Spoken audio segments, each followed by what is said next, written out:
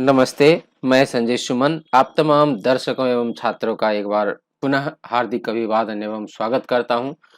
आज मैं जो लेकर के उपस्थित हूं, बोर्ड परीक्षा में आए हुए शब्द रूप।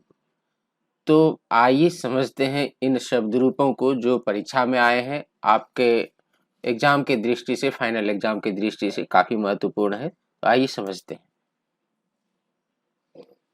देखिए यहाँ पर ये शब्द रूप 4 नंबर के प्रश्न पूछे जाएंगे।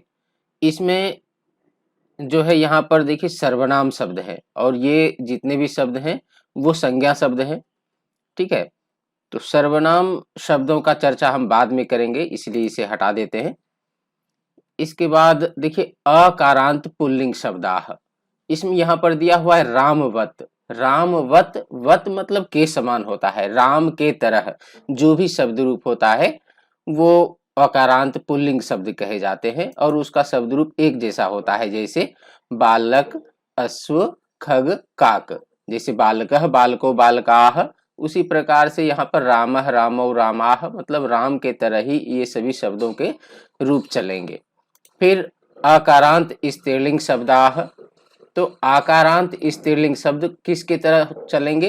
लता शब्द रूप। मतलब आपको लता शब्द रूप याद करने हैं और लता के तरह और भी ये सभी इस तरह के बालिका, छात्रा, महिला, मुद्रा, देखिए सब में के अंत में आ है इसलिए इसे आकारांत शब्द कहते हैं।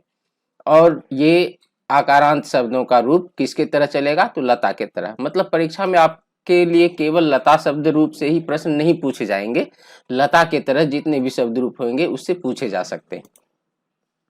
तीसरा है अकारांत नपुंसक लिंग शब्दाह, फल के तरह उसके रूप चलेंगे, फलवत। जैसे फलम, फले, फलानी होता है उसी प्रकार से पुस्तकम, पुस्तके, पुस्तकानी, यानम, याने, यानानी, व्यजनम, व्यजने, व्यजनानी, इस प्रकार से इसके रूप होते हैं।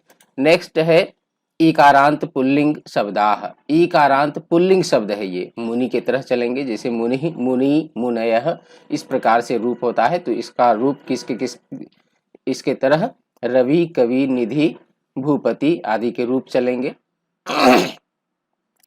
संस्कृत पुस्तकों में देखेंगे, व्याकरण के पुस्तकों में, तो वहां पर लिखा हुआ रहता है रवि ईकारांत पुल्लिंग शब्द, इस प्रकार से। नेक्स्ट ईकारांत स्त्रीलिंग शब्दाह, मति, मतिः, मति, मतयः, इस प्रकार से रूप चलते हैं। तो एक मति का आपको याद करना है संज्ञा शब्दों में, और उसके तरह से और भी जैसे छवि, भूमि, रात्रि, रीति, इस प्रकार के शब्द हैं जो इससे भी पूछे जा सकते हैं। नेक्स्ट है दीर्घ ईकारांत स्त्रीलिंग शब्दाह, नदीवत। नदी, नद्यो, नद्यः, जैसे इसका रूप चलता है इसी प्रकार से देवी, सरस्वती, लक्ष्मी, लेखनी, देखिए सभी दीर्घ ईकारांत शब्द है, सब में बड़ी ई की मात्रा है। आगे जो है वो उकारांत पुल्लिंग शब्दाह। उकारांत पुल्लिंग शब्द साधु के तरह रूप चलेंगे।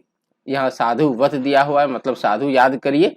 और साधु के तरह जो ये भानु, विष्णु, वायु, पशु, देखिए सभी उकारांत शब्द है। इसके अलावा और भी जो शब्द होगा उकारांत, वो भी मत याद करना है, केवल साधु रूप और उसके तरह इसके शब्द रूप को चलाना है। तो आपको संज्ञा शब्दों में राम, लता, फल, मुनि, मति, नदी, साधु, ये इस बार के सिलेबस में है। अच्छी तरह से इसे याद करिए। चलिए आगे के हम इसको समझते हैं। अब यहाँ पर प्रश्न दिया हुआ है, इसी प्रकार से प्रश्न पूछे जाते हैं। अधोलिखित वाक्येषु प्रदत्त विकल्पेभ्यः उचित शब्द रूपम चित्वा, उचित शब्द रूप को चुनकर रिक्त स्थानम पूरयित्वा पूर्णम वाक्यम लिखत, पूरा करके पूरे वाक्य को लिखना है।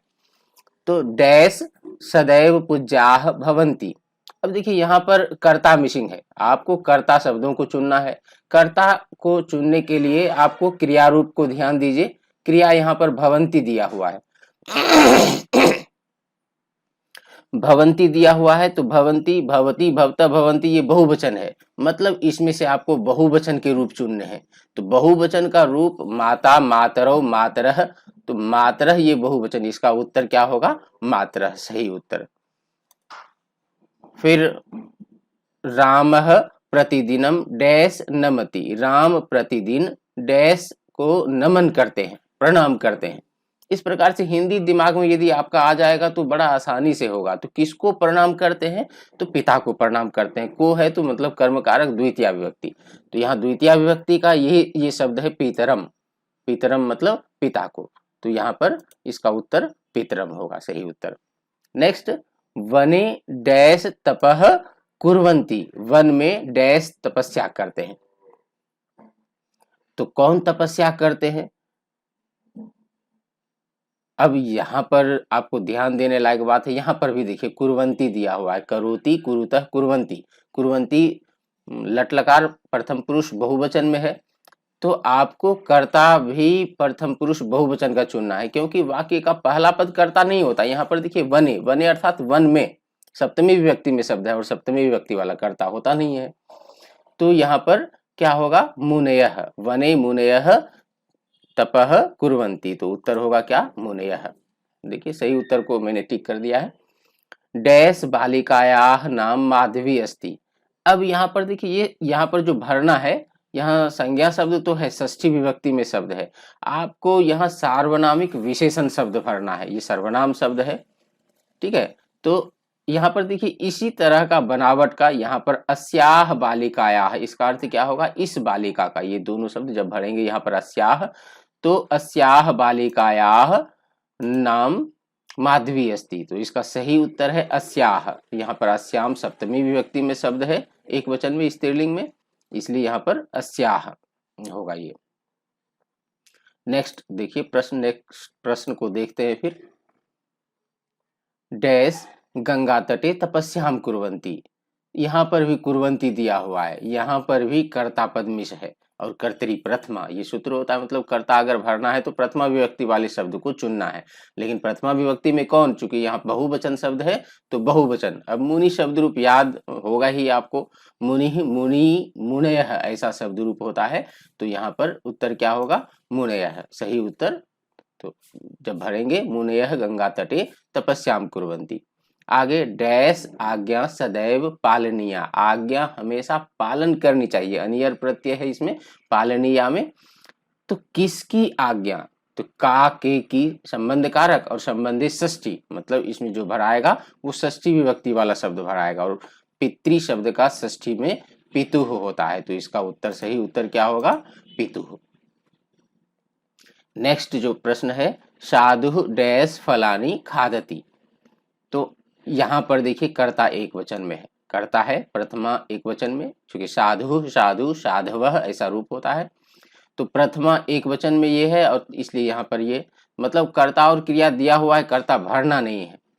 अब यहाँ पर देखिए भरना क्या है? तो फलानी दिया हुआ है, ये विशेषण शब्द, ये विशेष्य शब्द है, संज्ञा शब्द है, और इसका सर्वनाम शब्द यहाँ दिया हुआ है, सार्वनामिक विशेषण। इमानी फलानी खादति, साधु इन फलों को खाते हैं। तो इसका उत्तर क्या होगा? इमानी। अब देखिए यहाँ पर थोड़ा विशेषण विशेष्य को एक जैसा, विशेषण विशेष्य का भी समझ होना जरूरी है इसमें, तो बड़ा आराम से शब्द रूप वाला बनेगा।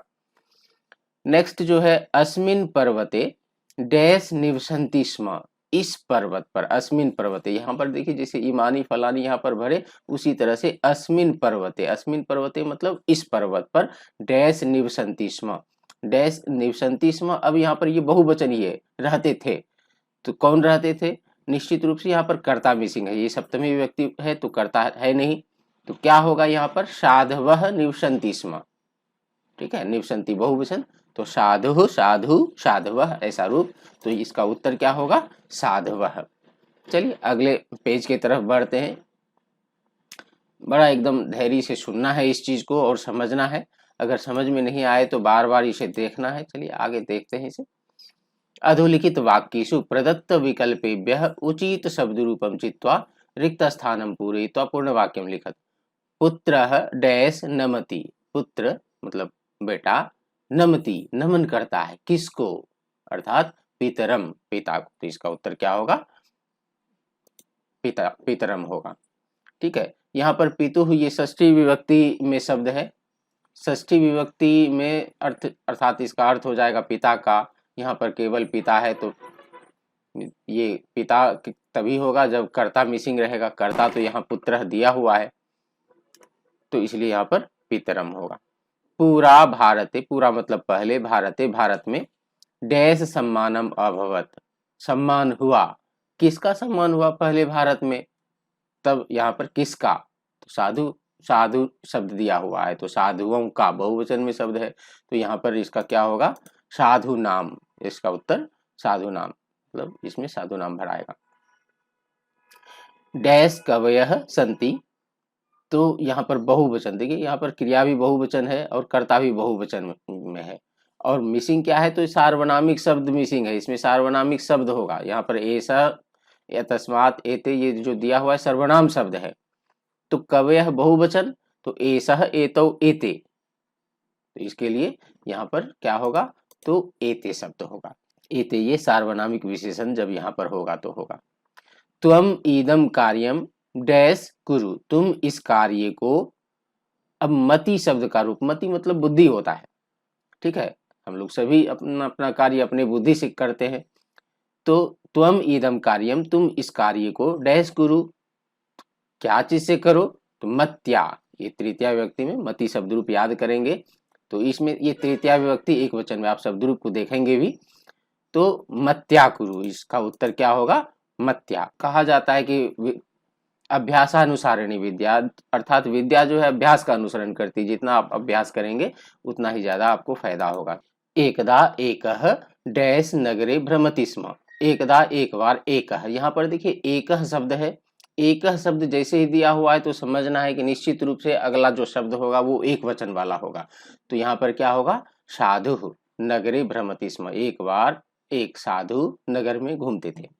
दूसरा, श्री कृष्णस्य डैश नाम देवकी आसीत, श्री कृष्णस्य, श्री कृष्ण के माता का नाम, ध्यान रखिए मातृ शब्द यहाँ पर ऑप्शन में दिया हुआ है, तो क्या होगा, माता का नाम, तो माता का मतलब षष्ठी विभक्ति, और षष्ठी विभक्ति में मातुः होता है, तो इसका उत्तर क्या होगा, मातुः होगा, इसका उत्तर देना भूल गया था, आप देख लीजिए, साधु होगा, यहाँ पर इसमें क्या होगा, मातुः, ठीक है, मातुः नाम देवकी आसीत, माता का नाम देवकी था। अगला जो प्रश्न है, डैश नगरे सर्वत्र शांति अस्ति, नगरे अर्थात नगर में, सर्वत्र सब जगह शांति अस्ति, शांति है, तो अब यहाँ पर नगरे शब्द है, यहाँ पर सार्वनामिक विशेषण वाला शब्द भराएगा, ये सर्वनाम शब्द है, तो नगरे सप्तमी में, तो आपको सार्वनामिक विशेषण वाला शब्द भी सप्तमी वाला देना है, तो क्या होगा यहाँ पर, एतस्मिन, ये इसका उत्तर होगा सही, तो एतस्मिन नगरे, इस नगर में। फिर राजा डैश वस्त्राणि यच्छति, राजा वस्त्र देते हैं, अब यहाँ पर ध्यान देना, ये यच्छ या दा धातु उपपद शब्द है चतुर्थी विभक्ति का, तो जिसको भी दिया जाता है उसमें चतुर्थी का प्रयोग, तो यहाँ पर क्या होगा, मुनये, इसका उत्तर मुनये होगा। नेक्स्ट अगले प्रश्न की ओर बढ़ते हैं। अच्छा, इसका मैंने उत्तर नहीं दिया है, बताया नहीं है, ये आप लोगों के अभ्यास के लिए है, एक बार चाहे तो इसका स्क्रीनशॉट ले लीजिए,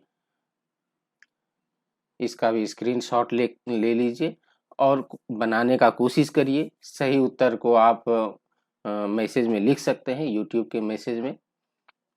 चलिए, आशा है आपको इन सभी कैसे बनाना है, इसको किस किस तरह के मतलब शब्दों को कैसे याद करना है, ये चीज़ समझ में आया होगा।